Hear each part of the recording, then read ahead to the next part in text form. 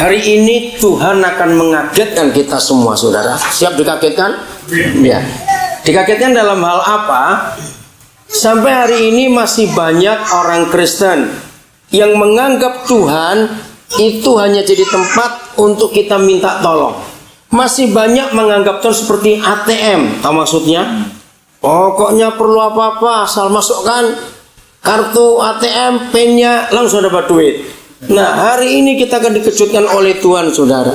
Kalau terus kita menganggap Tuhan seperti itu, taunya hanya minta tolong, sakit minta sembuh, nggak punya duit minta duit, punya masalah menangis, Tuhan tolong. Hari ini kita harus berubah. Kita nggak boleh jadi anak-anak terus, setuju? Kita harus jadi dewasa. Bahkan kalau ada di antara kita, maaf, karena saya belum lama punya teman, ya kalau saya berkata kurang baik, ya puji Tuhan, akhirnya anak itu meninggal. Dia itu cacat lahir, saudara. Gangguan pada otaknya, kesalahan waktu melahirkan, waktu pertolongannya itu, sehingga anak ini nggak bisa ngomong, nggak bisa duduk, nggak bisa berdiri, lumpuh total. Anak laki, sampai umur 21 dia meninggal. Jadi sampai umur 21 itu, kalau dia ke kamar mandi, kemana mesti digendong.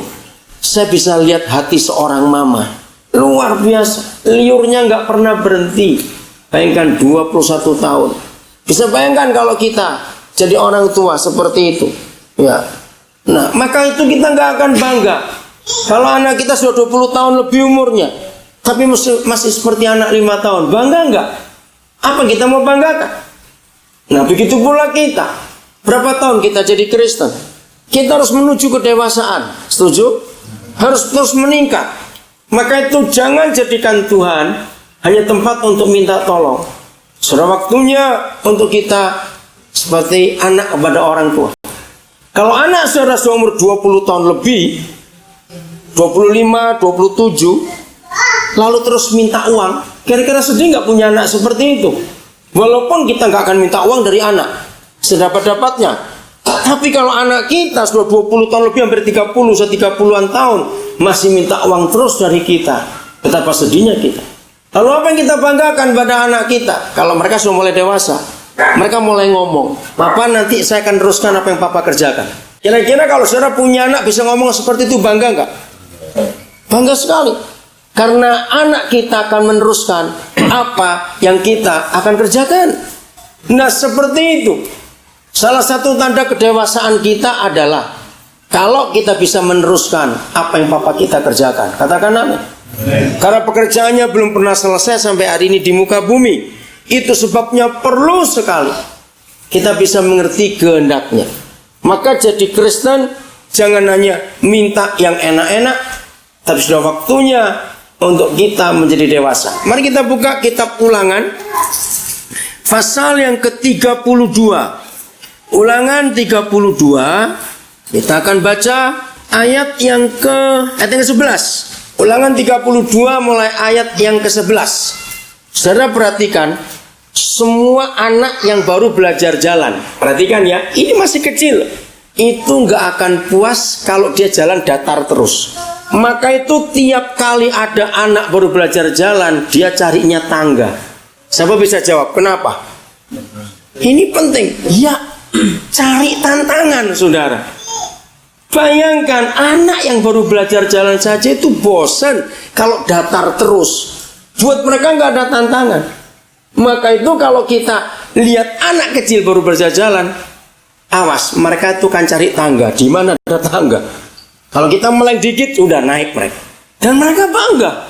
Karena dengan itu mereka tahu ada tantangan. Dan aku bisa. Bayangkan, anak yang baru belajar jalan saja bisa begitu. Oke? Ayat 11-nya saya akan baca. Laksana Raja Wali, kalau saya pakai kalimat betul gini, laksana induk Raja Wali menggoyang bangkitkan isi sarangnya. Kalimat yang lebih mudah, laksana induk Raja Wali merusak sarangnya. Perhatikan kata itu, merusak sarangnya. Kenapa dirusak? Melayang-layang di atas anak-anaknya. Ayo kita satu persatu. Kira-kira anak-anak Raja Wali yang melihat induknya sendiri merusak sarangnya, lalu mereka melihat induknya melayang-layang di atas mereka. Kira-kira perasaan anak-anak Raja Wali itu kayak apa? Ayo, gak usah ragu-ragu. Takut. Mereka tanya, mau diapakan ini? Saudara yang belajar manajemen akan mengerti sebuah kalimat yang sangat hebat. Nah, seharusnya kalimat itu gereja mengatakan, tapi saya sedih. Kata kalimat ini pertama kali muncul justru dari kelompok manajer-manajer yang wawasannya dan cara pandangnya itu jauh. Semua manajemen sekarang ini, kira-kira kata ini muncul hampir 15 tahun yang lalu, belum terlalu lama. Yaitu begini, para manajer yang hebat akan selalu menantang anak buahnya untuk berkata, tinggalkan zona nyaman. Pernah dengar kata itu? Harusnya itu gereja, karena ayat kalimat itu diambil dari ayat ini.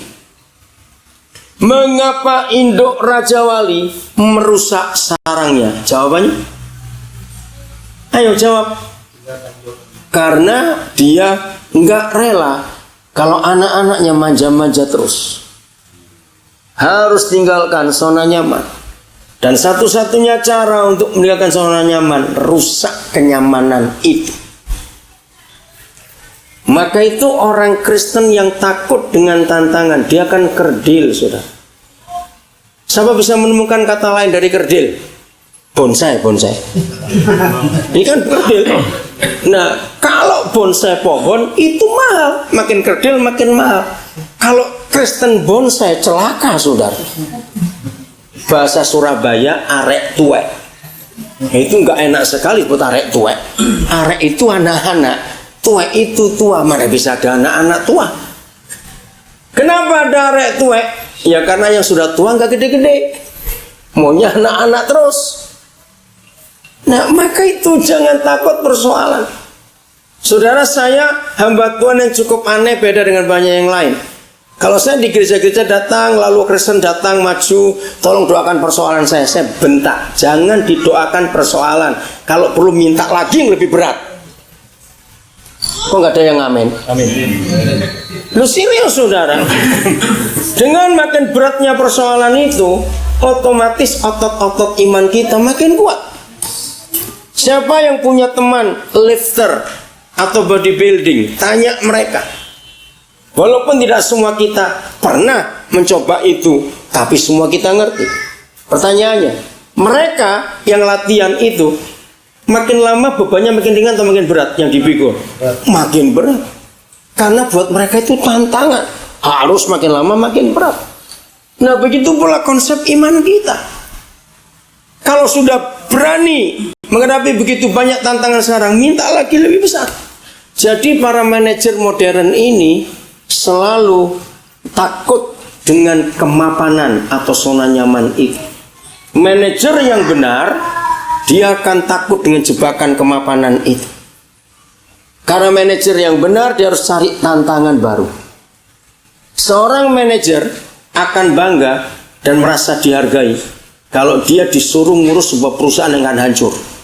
Itu manajer yang benar. Kira-kira kenapa? Karena tantangannya besar. Manajer yang goblok cari yang aman, yang sudah jalan tinggal jalanin saja. Nah, itu manajer goblok.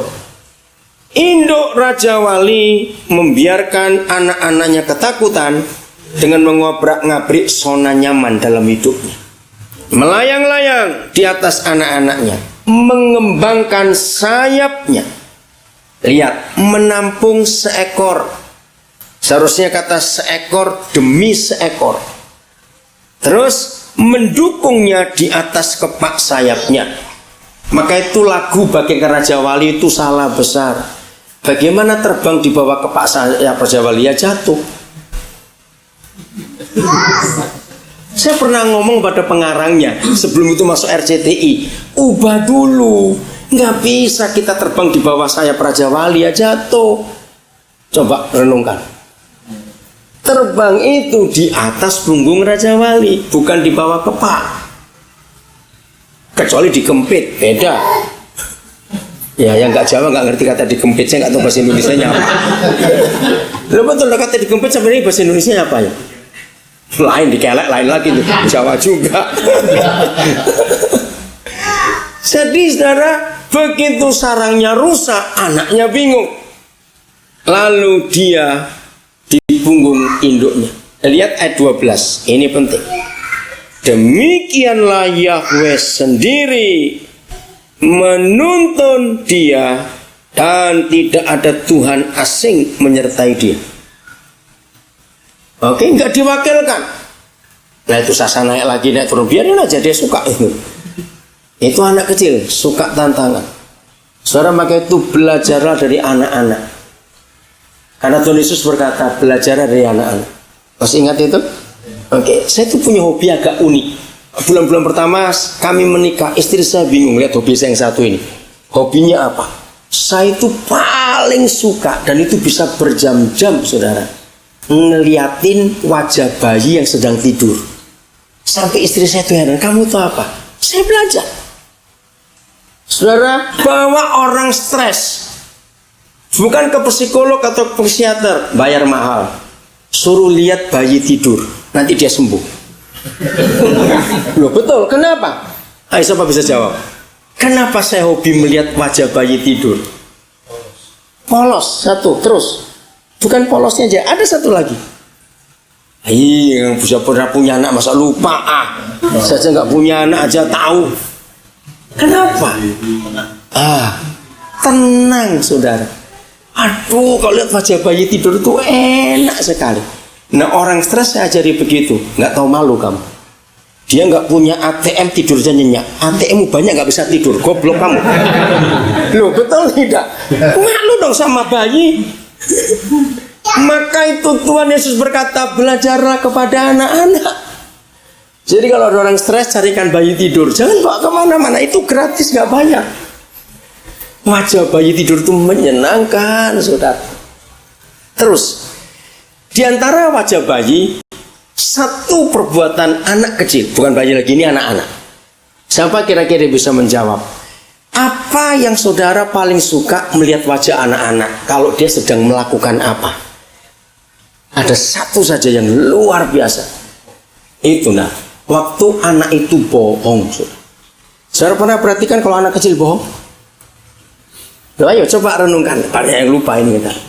Saya tidak bisa menggambarkan wajah anak kecil bohong. Gemes gitu melihat ini. Kenapa ya? Nah ayo sudah pernah punya anak itu. Anak kecil itu nggak bisa bohong. Ngomongnya bohong, yang diomongin itu bohong, tapi wajahnya ngomong enggak. Bisa ngerti maksud saya? Lu ya atau tidak, coba renungkan. Wajah anak kecil kok bohong itu, aduh itu manis dan indah sekali. Karena mereka nggak bisa munafik. Nah kalau kita bujuan yang segede-gede begini, suka bohong kita ini masalahnya. Nah maka terus belajar seperti anak kecil. Kalau mau bohong pasti ketahuan karena wajahnya nggak bisa sembunyi. Betul nggak, coba saya tanyain, iya atau tidak? Anak kecil kok bohong itu luar biasa, saudara. Wajahnya itu menyenangkan sekali. Nah sekarang saya tanya lagi yang ketiga. Apa bedanya wajah bayi tidur dan wajah kita tidur? Apa bedanya? Ada perbedaannya. Saya kagum pada Roh Kudus waktu dia ngomong itu sampai saya tertawa. Apa bedanya? Kalau anak kecil tidur bagaimana wajahnya? Kalau wajah kita tidur bagaimana? Maksudnya nggak pernah ngeliatin temannya tidur? Oke, jawab. Bukan ngoroknya. Anak kecil pun ada yang ngorok kok. Kayaknya toh. Saya berapa kali ketemu anak kecil ngorok. Gini sekarang. Itu jawaban Roh Kudus. Maka itu dengan Roh Kudus itu luar biasa, ada guru yang hebat. Apa-apa kita bisa tanyakan pada dia. Roh Kudus jawab gini pada saya. Di wajah anak kecil tidur nggak ada gambar duit. Jawab iya atau tidak? Di wajah kita duit semuanya kalau tidur. Maaf. Betul tidak? Maka itu tidurnya nggak bisa nyenyak. Karena begitu hitungannya kurang melek lagi, loh gimana ini? Kalau anak kecil nggak pusing. Loh, iya Sasa, tertawa. Maka itu saudara, kumpul dengan anak kecil itu menyenangkan sekali. Kita bisa kaya dengan kebenaran.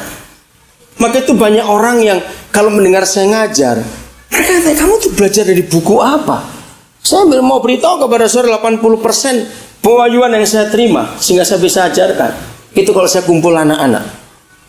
Sungguh mereka itu dosen-dosen yang luar biasa. Hargai mereka. Dosen yang hebat. Maka itu kalau sampai ada orang tua bisa ribut dengan anak yang goblok-blok si tua satu itu, bukan anaknya. Ingat ini baik-baik. Orang tua tidak pernah boleh bertengkar dengan anak. Saya belajar dari mana? Nah ini kembali pada anak-anak itu. Maka itu kalimat firman Yesus katakan, belajar dari anak-anak. Saya belajar betul-betul. Dengar saudara. Kalau sampai kita berkata sebagai orang tua, Papa nggak tahu kamu itu mau diomongin apa lagi. Kenapa kamu nggak mau ngerti Papa? Nah saya ajari anak-anak semua, termasuk kamu Michael. Sana umur berapa? Ya sebelah jadi kamu. Umur berapa kamu sekarang?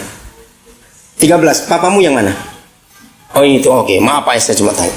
Saya ajari kamu juga kalau papamu ngomong gitu ya. Dengar baik-baik anak-anak, ajarin semua. Awas. Kalimat itu 1000% salah. Salahnya di mana? Kenapa kamu nggak mau ngerti Papa? Nah, salahnya di mana? Sebab, ya terbaliknya di mana? Dengarkan ini hukum Kristus yang luar biasa. Antara kita orang tua dengan anak, siapa yang pernah jadi siapa duluan? Nah, orang tua yang pernah jadi mereka belum pernah jadi kita. Bagaimana mereka nggak pernah jadi kita ngerti kita? Gobloknya itu lu ngomong pakai apa itu? Betul tidak saudara? Maka itu mau dihitung dengan ilmu apa saja, anak nggak pernah bisa salah. Yang salah pasti kita. Karena kita ngajarnya salah, maka itu anak jadi salah. Anak-anak itu harus diberi kesempatan untuk mereka bisa berargumentasi sejak kecil. Nah, di sini kesalahan orang tua timur yang merasa hebat. Orang tua nggak bisa salah, anak yang salah. Itu pendapat yang salah. Ternyata sejak kecil anak-anak itu sudah bisa berargumentasi. Tahu kata itu ya? Sejak kecil anak-anak sudah bisa punya pendapat. Tanya pendapatnya. Kemarin malam di Balikpapan saya ngajar ini. Sampai hari ini masih banyak. Bahkan saya pernah menghitung, kira-kira 80 sekian persen masih banyak mama khususnya yang bertengkar dengan anak gara-gara makan. Awas ini. Siapa mama-mama yang ribut terus karena anaknya nggak mau makan? Kembali gobloknya si mama. Dengarkan baik-baik. Siapa yang ngajar anak itu makannya 3 kali sehari? Nggak ada aturannya, saudara. Anak itu jam makannya belum 3 kali sehari. Kita bisa 3 kali sehari karena kita memang suka makan. Anak-anak itu makan nggak punya jam. Maka itu mereka nggak usah dikasih makan kalau mereka nggak butuh makan. Kalau mereka belum lapar, anak nggak mau makan. Maka itu saya marah kalau sampai ada pembantu nyuapin makanan sampai keliling ke tetangga jalan terus gitu. Itu salah besar saudara. Nggak boleh. Anak itu harus makannya itu di meja makan. Jadi kapan memberi makan anak? Nggak harus 3 kali sehari. Waktu anak itu minta. Begitu mereka minta makan, kasihlah makan. Karena itu jam makannya. Kalau nggak jam makannya, nggak usah berkelahi. Banyak anak stres, saudara. Mendengar kata makan sudah stres dulu. Nah, makin mereka stres, makin nggak mau makan. Makin nggak mau makan, mama makin jengkel. Nah, awalnya kenapa anak takut makan? Karena mamanya marah-marah. Kemarahan mama itu dirasakan oleh anak. Anak jadi takut. Coba ya, saya sudah menggunakan teori ini kepada ratusan keluarga dan mereka tertolong. Kalau mama tidak stres, anak itu makannya lahap sekali. Anak itu pribadi yang sangat peka dengan perasaan orang tua. Ya atau tidak? Begitu orang tua mengalami sesuatu, anak itu rasa duluan. Peka sekali mereka. Begitu sampaikan pada teman-teman yang anaknya masih kecil, jangan berkelahi karena jam makan. Kasihan anak itu, malah stres. Kita harus jaga. Berbahagialah orang tua yang bisa mengajar anak-anak untuk tidak suka gorengan. Ingat itu. Jangan anak-anak biarkan makan gorengan. Kita rugi besar. Berbahagialah orang tua kalau anak-anak kita suka yang direbus atau dikukus. Itu sehat sekali. Baca buku kesehatan masuk tahun 2010 ini, maka angka stroke di Indonesia sudah mencapai angka umur 20-an, saudara. Nah, kenapa orang umur 20-an sudah stroke di Indonesia? Jawabannya cuma satu. Ketika mereka masih kecil, terbiasa makan gorengan. Dan di situ lemak itu numpuk di dalam pembuluh darah anak. Begitu 20-an terjadi penyumbatan. Maka itu jangan anak-anak kita makan yang goreng-gorengan. Biasakan yang rebus. Nah, di sini masalahnya. Untuk merebus, untuk mengukus itu perlu waktu lama. Goreng paling gampang, asal cemplung jadi. Kalau ngerebus, ngukus repot lagi. Tapi itu penting. Beritahukan anak-anak kita. Maka itu kalau anak-anak kita terbiasa, dan semua itu karena kita. Kalau orang tua suka yang direbus atau dikukus, otomatis anak ikut. Kalau kita suka makan gorengan, otomatis anak juga. Betul tidak, saudara? Ya, maka itu anak salah, itu pasti karena kita, bukan karena anak. Itu pasti karena kita. Oke, saya lanjutkan ini sekarang. Jadi siap untuk belajar dari anak-anak? Amin. Oke. Jadi siap zona nyaman ditinggalkan? Ya, ayat 13 sekarang. Wah, ayat ini dahsyat sekali. Sebelum ayat 13, ya, masih ulangan 32. Jadi saya akan ajak saudara mikir begini. Walaupun kita nggak pernah lihat langsung, mungkin ada yang pernah lihat filmnya. Kalau saudara lihat National Geographic atau Animal Planet, ini pernah dimasukkan. Saudara, ketika induk Raja Wali itu mendukung seekor anaknya, diajak terbang, itu tinggi sekali. Harus setinggi-tingginya. Dan hebatnya Raja Wali itu sudah tahu batas oksigen, sehingga anak ini gak akan mati. Begitu terbang sampai tinggi, mari kita tanya, apa yang dibuat oleh si anak Raja Wali supaya dia gak lepas dari dukungan induknya? Anak Raja Wali bagaimana? Makasih kawan sekian. Ya, bagaimana? Mencengkram, saudara. Maka itu induk Raja Wali akan koyak punggungnya kalau anaknya lebih dari 2. Sebab tiap anak itu ditarik ke atas terbang, bukan cuma mencengkeram dengan kukunya, paruhnya gigit bulu-bulunya. Kenapa? Karena takut. Nah, begitu makin sakit punggung itu, si induk merasakan, dia makin yakin anaknya aman. Itu hebat induk Raja Wali. Jadi buat dia, tanda sakit itu menandakan anak ini betul. Dan dia makin tinggi. Begitu dia rasa cukup oksigennya, nggak bisa lebih ke atas, akan mati tuh anak karena oksigen makin tipis. Saudara, cengkeraman makin kencang, maka dia akan hentakkan tubuhnya. Supaya apa? Anak itu lepas. Pertanyaannya, waktu anak ini lepas, anak itu belajar apa? Nah, yang selama ini nggak pernah tahu kalau sayapnya bisa dipakai, nggak pernah tahu. Tapi karena dipaksa dengan ketakutan itu, dia tahu. Nah, hebatnya induk Raja Wali ini, begitu anaknya lepas, dia menungkik, suara. Itu kecepatnya 100 km per jam Raja Wali itu. Maka itu kalau saudara lihat mereka, Raja Wali itu bisa melihat paling dekat, paling jauh itu 3 km dari udara. Jauh sekali. 3 km dia tahu ikan itu bergeraknya kemana. Dan hebatnya lagi, dia bisa mengatur kecepatan dan mengukur. Kalau dia menungkik sekian kilometer per jam, maka ikan itu sampai di mana berenang. Maka itu ketika dia mendekati air, langsung kakinya bisa nangkap ikan itu. Itu hitung dulu, saudara. Raja Wali itu burung yang paling hebat, betul. Nah, mengapa dia menungkik cepat ke bawah? Siapa bisa jawab? Jaga. Iya, jaga.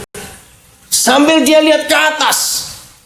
Kalau dia lihat anaknya kepayahan, dia akan naik lagi untuk tampung lagi di pundaknya. Dia akan tunggu sampai nafas anaknya teratur dulu. Anak itu nyengkeram lagi. Begitu dia yakin anaknya sudah tenang, nafasnya sudah teratur, dia hentakkan lagi. Itu berkali-kali sampai anaknya bisa terbang. Saudara, ini ayat. Maka itu kenapa semua papa ingin dari kecil anaknya bisa mandiri, diajar bisnis, didorong. Ya nak, maju. Ayo kamu coba, mesti bisa. Itu luar biasa.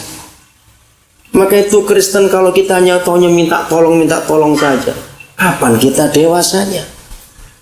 Lagi sekali jangan takut dengan tantangan. Bisa berkata amin? Berarti indah. Oke?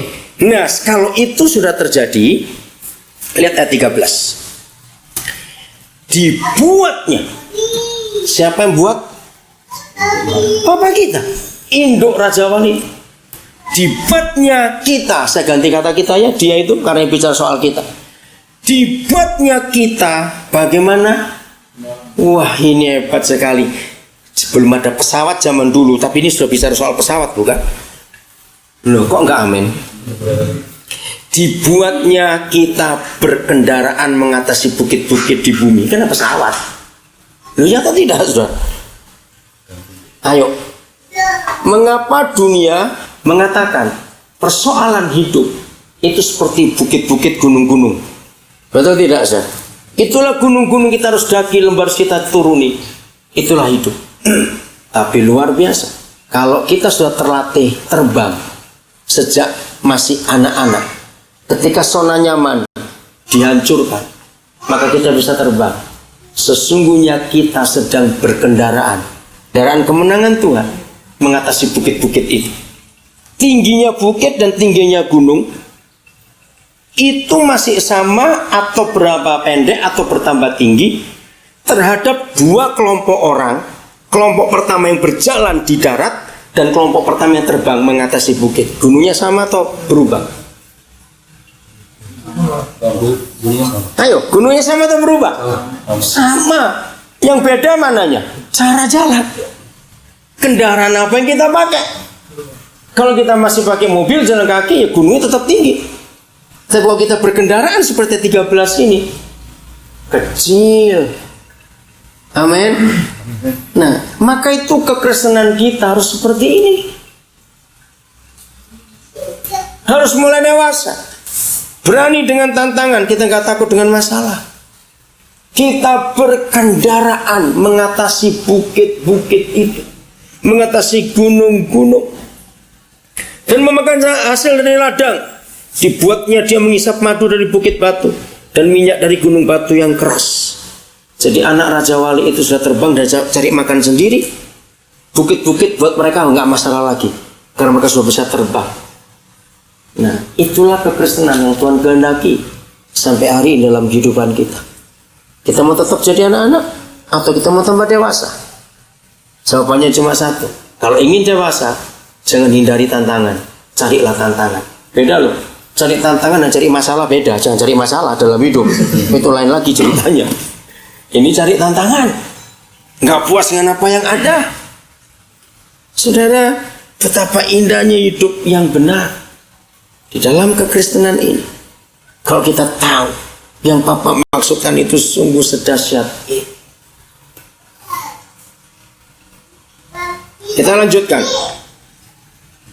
Kita buka kitab Keluaran. Kalau kita sudah dewasa, saudara, seperti yang Dia tetapkan atas kita sesuai umur kita, pertumbuhan kita, maka kita akan sampai kepada konsep ini. Ya, Keluaran 33 ayat 17. Salah seorang saya minta untuk membaca ayat ini. Keluaran 33 ayat 17 bunyinya begini. Berfirmanlah Tuhan kepada Musa, juga hal yang telah kau katakan ini akan kulakukan, karena engkau telah mendapat kasih karunia di hadapanku, dan aku mengenal engkau. Luar biasa. Kalau saudara cuma membaca begitu saja, mungkin rahasianya nggak akan kebongkar. Tapi kalau saya beri pertanyaan ini, saudara akan kaget. Baca lagi sambil saya tanya. Semua lihat. Sudah, baca lagi ya. Pelan-pelan aja dalam hati. Saya akan munculkan pertanyaan ini. Siapa yang menuruti siapa? Ayo baca. Siapa yang menuruti siapa? Siapa yang melakukan permintaan siapa? Ayo baca. Siapa yang melakukan permintaan siapa? Nah, ayo nggak usah ragu-ragu, yang lain jawab. Ayo, yang lain, yang sebelah sana. Ayo, jawab. Siapa nuruti siapa? Iya. Nah, betulkah begitu? Sejak kapan tuh nuruti manusia? Nah, saya tahu saudara ragu-ragu jawab karena kok aneh. Betul enggak? Saudara perhatikan, berfirmanlah Yahweh, juga hal yang telah kau katakan itu Musa akan kulakukan. Apa enggak gila ya? Sejak kapan Tuhan menuruti kita manusia? Saudara, inilah rahasia yang luar biasa. Ternyata janji ini enggak cuma untuk Musa, tapi untuk setiap kita yang mau diajak jadi dewasa. Nanti kita akan lihat hanya ada 2 penyebab sampai Yahweh bisa nuruti manusia, yaitu nuruti Musa. Dan lebih hebat lagi, saudara, maka itu kalau baca Alkitab minta Roh Kudus terangkan. Juga hal yang telah kau katakan ini. Kata juga hal yang telah kau katakan ini, itu berarti baru kali itu atau sudah ada sebelumnya. Nah, lebih gila lagi kan? Jadi sejak kapan ini yang Maha Kudus nurutin Musa? Kok bisa?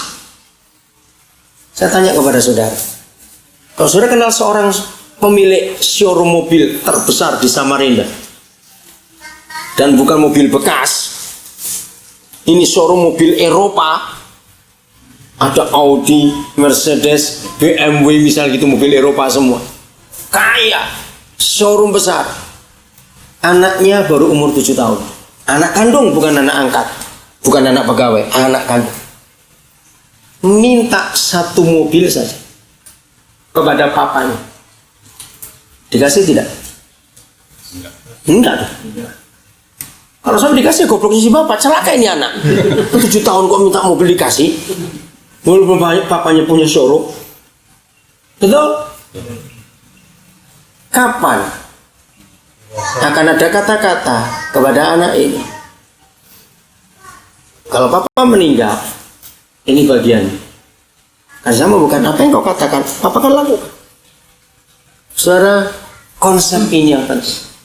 Tadi sepanjang perjalanan dari Balikpapan ke Samarinda, kami berlima 1 mobil. Kami diskusi banyak. Saya selalu tekankan, semua pertanyaan yang keluar dari hidup kita tentang Tuhan selalu akan terjawab kalau hubungan kita sebagai anak dan dia sebagai papa. Apa saja. Kalau kita bisa menemukan konsep hubungan ini, menjadi Kristen itu nggak akan sulit. Coba renungkan. Seringkali kita nggak jadi anak dengan dia.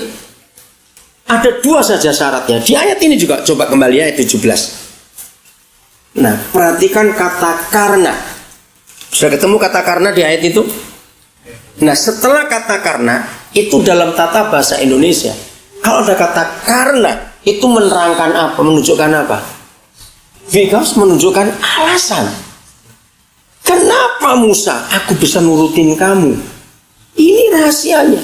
Gak cuma 2 saja. Ini gak bicara rajin memberi perpuluhan, rajin puasa, enggak saudara, enggak saudara. Maka itu saya marah kalau ada gereja kok banyak perpuluhan terus, seperti tentu mata duitan saja. Ingat, bukan itu. 1, karena apa? Engkau telah mendapat kasih karunia di hadapanku. Ini yang pertama. Yang kedua, karena apa jadi ayat itu juga. Aku mengenal engkau. Kalau saudara punya bahasa Inggris akan lebih kagum. Kenapa papa nurutin Musa? Bahasa Inggris berkata, because I know you by name. Aku tuh kenal namamu. Masing-masing kita punya hak untuk menemukan sebuah tindakan atau sebuah kondisi yang masing-masing kita akan beda. Temukan dalam hidup saudara, kapan saudara bisa berkata pada si A, cukup, aku kenal kamu sekarang. Ngerti contohnya? Kira-kira kapan? Kalau sampai saudara bisa berkata pada seseorang, cukup, aku kan sekarang kenal kamu itu siapa. Ini bisa 2 arti loh, negatif dan positif. Betul? Oh, ternyata sekarang aku kenal kamu. Ternyata kamu tuh bajingan. Nah, lain lagi. Oke, nah kapan? Coba renungkan, ini penting. Sebab kalau saudara bisa menemukan jawaban itu, lakukan itu bagi Papa di surga. Sampai dia berkata, aku kenal engkau. Aku kenal. Percayakah saudara hal ini gak bisa didapat dari sekolah Alkitab atau sekolah teologi manapun? Betul tidak? Lalu didapat karena apa? Bukan pengalaman. Ada satu lagi sebelum pengalaman. Pergaulan. Kapan kita bisa mengenal seseorang kalau kita nggak pernah bergaul dengan orang itu? Betul tidak, saudara? Nah, ini yang kita harus tahu. Kenapa Papa bisa ngomong itu pada Musa? Bayangkan, 80 tahun dia jalan dengan Musa. 40 tahun pertama di Mesir. Betul? 40 tahun kedua menjadi gembala kambing domba mertua. 40 tahun ketiga di padang gurun. Apa enggak kenal 120 tahun kumpul? Ngerti enggak kata itu? Banyak yang sudah terjadi. Anak-anak Tuhan, mulai hari ini berjuanglah untuk sampai pada taraf ini. Saya tanya kepada saudara, kalau kita semua sudah sampai taraf ini, akan muncul satu sikap dalam diri kita. Sikap apa kita kira-kira? Apa? Rendah hati? Bukan. Kasih? Bukan. Bergantung? Bukan. Kalau sampai Tuhan bisa ngomong pada kita, apapun juga engkau katakan, aku akan lakukan. Apa? Hati-hati kalau doa. Lo betul enggak? Sebab salah ngomong diturutin juga artinya. Lo boleh saya berpikir seperti itu? Betul, akan hati-hati, saudara. Nah, lihat. Mengapa orang bisa punya masalah? Secara umum ya, secara umum. Ini bahasa Surabaya. Nah, becangkemin jeplak terus. Mulutnya itu buka terus. Saudara, maka itu kita harus lihat. Jadi, hari ini saudara temukan. Kalau aku bisa ngomong pada temanku, sekarang aku kenal kamu, itu kira-kira kenapa? Boleh toh? Jadi saya nggak bisa memberikan kriteria karena masing-masing kita beda. Kapan saudara bisa bicara pada teman saudara? Cukup aku kenal kamu saudara. Begitu pula sebaliknya. Kapan teman kita akan ngomong pada kita? Cukup aku kenal kamu saudara. Nah, kalau sudah ketemu itu, buatlah itu pada Papa di surga. Biasanya yang paling umum, saudara, ujian yang paling umum di dunia ini, dan itu ada di Alkitab, itu dengan uang. Ya, seorang teman sudah meninggal, namanya Pendeta Samuel Elkanah. Itu pendiri Bukit Doa Getsemani di Ungaran. Dia ngomong gini pada banyak kami. Saya itu heran lihat orang Kristen, kok dititipin duit seringkali kurang, titipin omongan lebih. Coba renungkan kata-kata itu. Ya toh, seringkali kita nambah-nambahin kalau omongan. Kalau titipin uang kurang. Nah, ternyata dari dulu ujian itu jujur itu soal uang ternyata, saudara.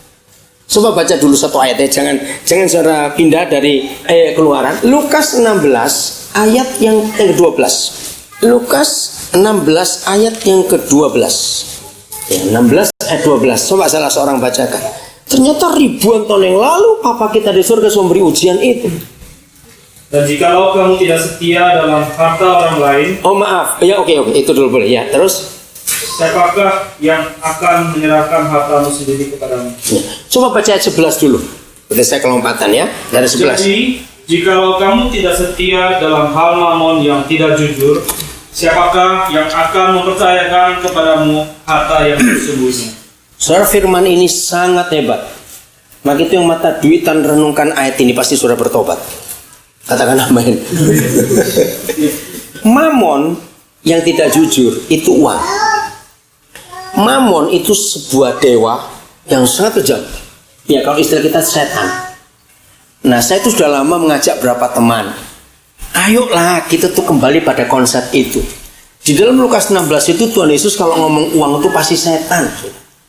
Nah, saya itu kalau gereja setuju mulai hari ini ya, asal setuju tapi susah.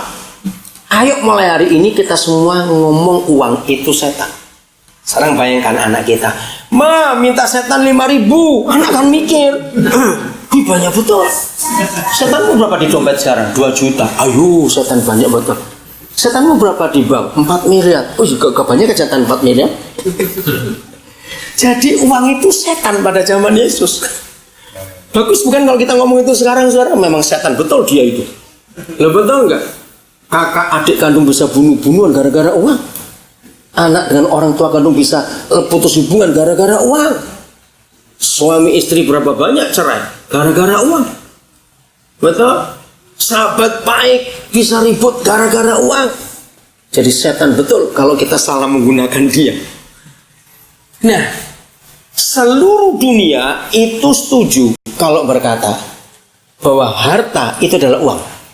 Lo betul tidak? Tiap kali kita ngomong harta, pasti ngomong uang dong ya. Walaupun itu mobil, kalau nggak ada uang mau beli mobil pakai apa? Oke? Nah lihat ayat 11 tadi. Ternyata Tuhan Yesus itu berkata, harta yang sesungguhnya itu bukan uang. Karena ada kata ini, kalau kamu tidak jujur dengan mamon yang tidak jujur, siapa yang akan baca terus mempercayakan hartamu yang sesungguhnya? Nah, kalau itu bukan uang dong harta sesungguhnya. Maka itu salah kalau sudah ngejar uang. Walaupun kita butuh uang untuk hidup, tapi harta itu bukan uang itu. Nah ini sulit amennya, karena selama itu hanya uang terus. Ternyata harta itu bukan uang, saudara. Ada yang tak ternilai dengan uang. Saya percaya semua kita mengerti akan hal itu. Betul? Ada yang lebih daripada uang dalam hidup ini, dan itulah harta. Maka itu ada tulisan yang nggak tahu siapa pengarangnya. Uang bisa membeli tempat tidur yang mahal, tapi uang nggak bisa beli tidur. Betul? Berapa bulan yang lalu saya itu kaget. Teman saya itu cerita, kami baru beli tempat tidur 33 juta. Hah? Kenapa semahal itu? Terus cerita, dibuat dari ini, dari itu. Terus saya ngomong, yang penting bukan tempat tidurnya, yang penting itu hatimu. Mahal segitu tempat tidurmu, kalau kamu nggak tenang juga nggak tidur. Betul nggak, saudara? Kan bukan karena tempat tidurnya. Uang bisa beli obat yang mahal, tapi uang nggak bisa beli kesehatan. Uang bisa beli alat-alat hiburan yang jutaan. Ya, sound system di rumah, TV, stereo bisa beli yang puluhan juta sekalipun. Tapi uang nggak bisa beli sukacita. Dan banyak yang lain lagi yang bisa dibeli dengan uang. Tapi ada banyak hal juga yang nggak bisa dibeli dengan uang. Dan itulah harta sesungguhnya. Maka itu kalau cari uang jangan ngoyo-ngoyo. Tahu kata ngoyo? Ngoyo itu apa ya bahasa Indonesianya? Ngotot Jawa lagi. Keras, paksa, giat. Nah itu istilah saya paling nggak suka. Banting tulang, peras keringat. Ya siapa yang nggak sakit tulang dibantingin goblok? Aduh, kok tulang dibantingin bagaimana itu? Ya sakit semua, remek sudah itu remuk. Jadi salah kalau cari uang sampai begitu tuh. Saya menemukan kebenaran yang luar biasa, sudah. Mengapa ada orang kaya pelit, tapi mengapa ada orang cukup tapi murah hati? Tahu jawabannya? Kalau berkat itu karena Tuhan, orang itu pasti nggak pelit. Kalau berkat itu karena kekuatan sendiri, dia pasti pelit. Sebab dia tahu susah payahnya bangun pagi, keringatan semua, kepanasan. Nah itu orang akan pelit. Tapi kalau karena Tuhan, nggak akan pelit. Betul? Nah jadi tanya, aku pelit atau tidak? Jawab sendiri ya, jangan ngomong. Masing-masing dalam hati. Oke. Nah saudara, saya mau beritahu rahasia ini. Ternyata papa mengajar saya, dan saya nggak akan ambil itu. Tapi ini benar. Percayalah, ini bukan setan. Kalau setan sudah sering kita dengar Gunung Kawi, kita dengar tuyul. Betul loh saudara, itu bisa kaya. Jangan ditiru ya. Tapi yang ini bukan setan, hukum alam. Ada 3 yang hukum alam berikan. Orang itu bisa kaya tanpa Tuhan. Jadi nggak usah bertobat, berdosalah, nggak apa-apa. Tapi pasti kaya.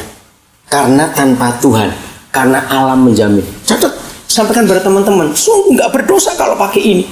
Tapi saya tetap nggak mau.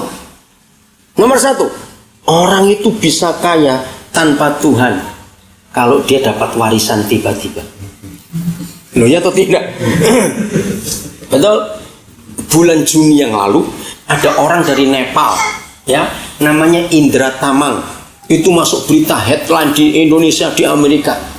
Dia bulan Juni itu dapat warisan. Tiba-tiba dia kaya mendadak karena dapat warisan dari orang tua angkatnya 14 juta dolar berupa 3 apartemen, berlian dan lukisan-lukisan mahal. Pemiliknya itu nggak punya anak.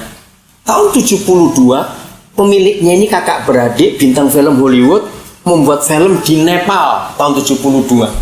Indra ini baru umur 19 tahun. 6 bulan buat film, maka dua kakak beradik ini nginep di satu hotel. Indra ini pelayan restoran hotel. Selama 6 bulan itu mereka dua jatuh hati pada anak muda ini. Kok baik, manis kelakuannya. Mereka uruskan visa, diadopsi jadi anak angkat. Bulan Juni mereka mati berurutan. Dan ternyata surat wasiat dibuka oleh pengacara, semuanya jatuh ke Indra Tamang ini. Nah, kaya mendadak bukan? Nggak usah berdoa. Nomor 1, oke. Nomor 2, nah ini dia. Kerjalah yang rajin, saudara. Ya, betul nggak orang rajin itu pasti kaya? Iya, hukum alam kok tanpa Tuhan. Yang lain buka jam 8, saudara buka jam 4. Yang lain tutup jam 6, saudara tutup jam 10. Ya pasti kaya, percaya. Tanpa Tuhan berdosalah nggak apa-apa, karena alam menjamin. Setelah itu yang ketiga, ini kuncinya, pelitlah. Serius saudara, kalau beli ikan kepalanya saja, sup selama 3 hari. 3 hari kepala ikan di sup, makan kuahnya. Hari keempat baru tetelannya. Saya jamin kaya, coba kalau nggak percaya. Kira-kira ya atau tidak? Coba jawab. Nah ya sudah, nggak usah Tuhan. Maka itu jangan bilang aku kaya karena Tuhan. Nggak ada ayatnya juga. Karena orang dunia bisa aku nggak Tuhan pun kaya kok. Nah, ya toh. Maka itu jangan ngukur harta itu adalah uang. Salah. Dan kita dapat rahasianya. Ada harta yang sesungguhnya yang Bapa sediakan buat kita, yang dunia nggak pernah ngerti. Tapi ujiannya karena uang. Banyak kali kita nggak tahu ayat 12 Lukas 16 itu. Siapa yang sering kali kalau pinjem barangnya orang bilang, tadi itu rusak, nggak ikut punya kok, nggak ikut punya, awas. Kalau orang suka ngomong gitu, dia akan bernasib miskin sampai mati. Catat baik-baik ayat itu. Loh, karena ayat itu berkata, kalau kamu nggak bisa setia pada hartanya orang lain, siapa akan mempercayakan kepadamu harta yang sesungguhnya? Siapa yang sering kontrak rumah, tiap kali mau keluar sengaja dirusak, biar aja nggak ikut punya kok, aku cuma bayar, awas. Ayat itu luar biasa, saudara.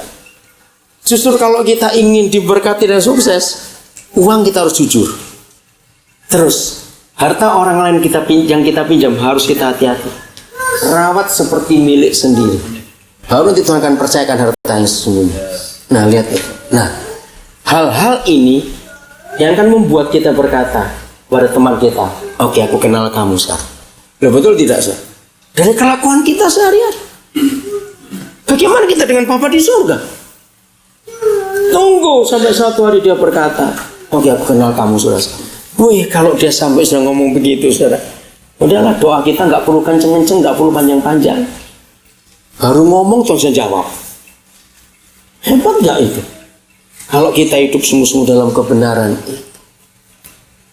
Kembali ke Keluaran 33.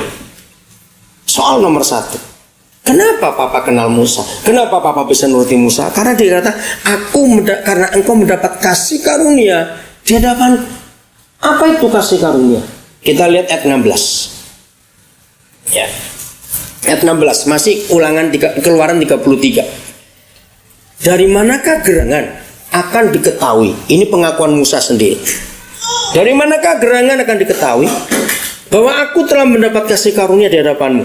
Musa ngomong, yakni aku dengan umatmu ini, dari mana aku dapat kasih karunia? Karena ini, bukankah karena engkau berjalan bersama-sama dengan kami, sehingga kami, yaitu aku dan umatmu ini, dibedakan dari segala bangsa yang ada di muka bumi. Saudara, mendapat kasih karunia itu cuma dua hal. Satu, berjalan. Ingat, siapa berjalan dengan siapa? Baca baik-baik. Ayo, baca baik-baik. Siapa berjalan dengan siapa?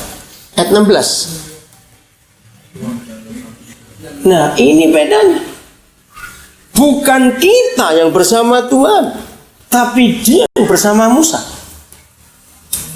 Beda, sama seperti tadi. Bukan Musa yang ngomong kepada Israel, hei Israel, kamu harus tahu ya, Dia mengenal aku. Bedanya apa? Kalau Musa yang ngomong, Tuhan mengenal dia, dan dia, Tuhan sendiri yang ngomong, aku kenal kamu. Bedanya gimana? Kenapa? Beda. Lain sekali. Oke, contoh begini. Lebih berbobot yang mana? Iya, kalau Tuhan yang ngomong dong. Misalnya, ini ngomong jelek, ngomong ini nggak ada sih, cuma ilustrasi aja. Ada orang Samarinda pamit kita, aku 3 hari mau ke Jakarta. Oh ya?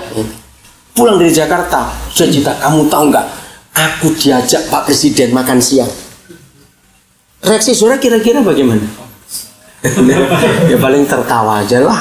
Ya mabok kali ini orang. Tapi setelah berapa hari dia pulang ke Samarinda, Presiden pidato.